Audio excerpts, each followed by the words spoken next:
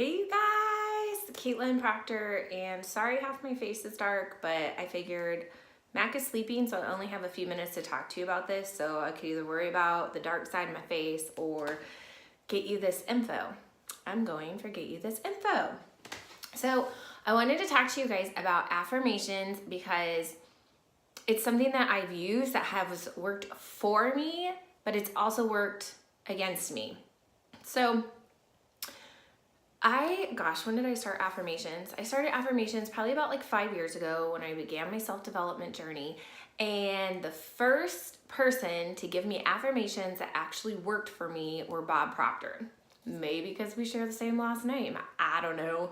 But you gotta find the person that you connect with. For some reason, maybe because he's an old dude and I trust old grandpas. I don't know.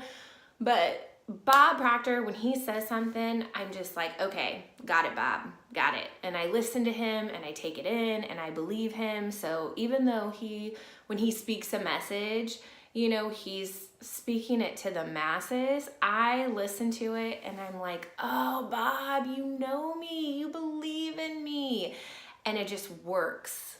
So first of all, find that person that makes you believe in yourself. Not necessarily that believes in you. I mean, yes, but makes you believe in yourself, because that's what's most important. So everything that he said, I took it as truth and it gave me confidence. So when he gave affirmations, I was just like, yes, this feels good.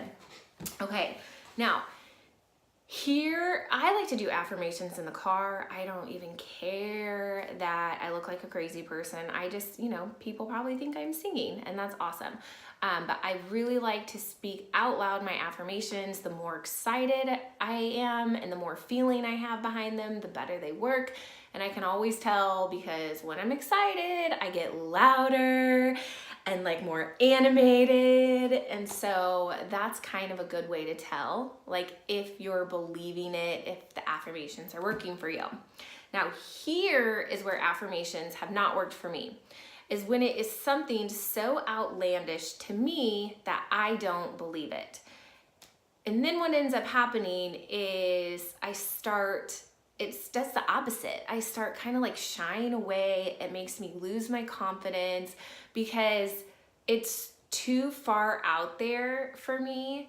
And it's kind of like if you were driving from California to New York and you had to get there without stopping to go to the bathroom, okay? Like you have to have pit stops along the way, So like after you drink your big gulp, you're like, okay, I just have to make it to here and then I can go to the bathroom, and you can do that, right? Totally doable, you're fine. But if you had to make it all the way to New York without going to the bathroom, you probably wouldn't have anything to drink and you'd be a little panicked. I hope that makes sense. So that is how I look at affirmations. It can't be too far out there. It has to be believable to you. It has to be doable. So maybe saying I'm a millionaire causes you a lot of anxiety because you don't feel like that's possible. That's totally cool. You can make an affirmation that's like, every day more and more money is coming my way. That's not so scary.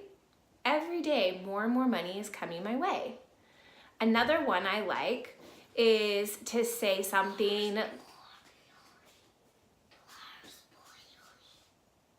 Sorry, my kids are interrupting. Another one I like to say is everything is always helping me. Everything is working for me. So instead of looking at everything in life like it's not helping, I'm looking at everything in life like it is. So no matter what the lesson is, you have to look at it like it is working for you and not against you. Okay?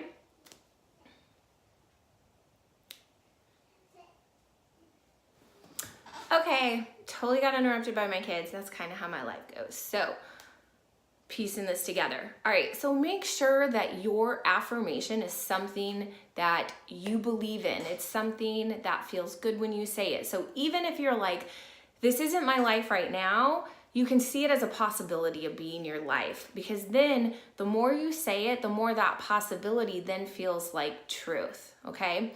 And we're always going to speak affirmations like they're already here. So you're not going to say, I'm going to make a lot of money, because then you're always keeping it into the future.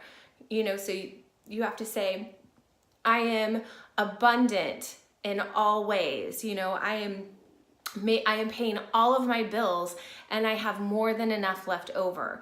Always speak it in the here and now. So that's another tip.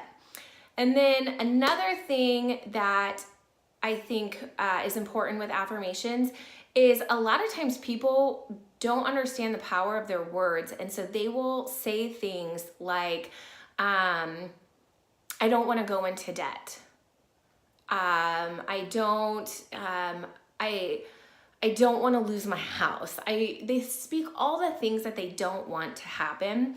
And the universe doesn't hear those defining words of do or don't. It only hears like what the actual action is. So like, debt is what it hears. Or like I've given this example before of like, I don't want to get into a car accident. It's not hearing I don't want to, it's just hearing car accident.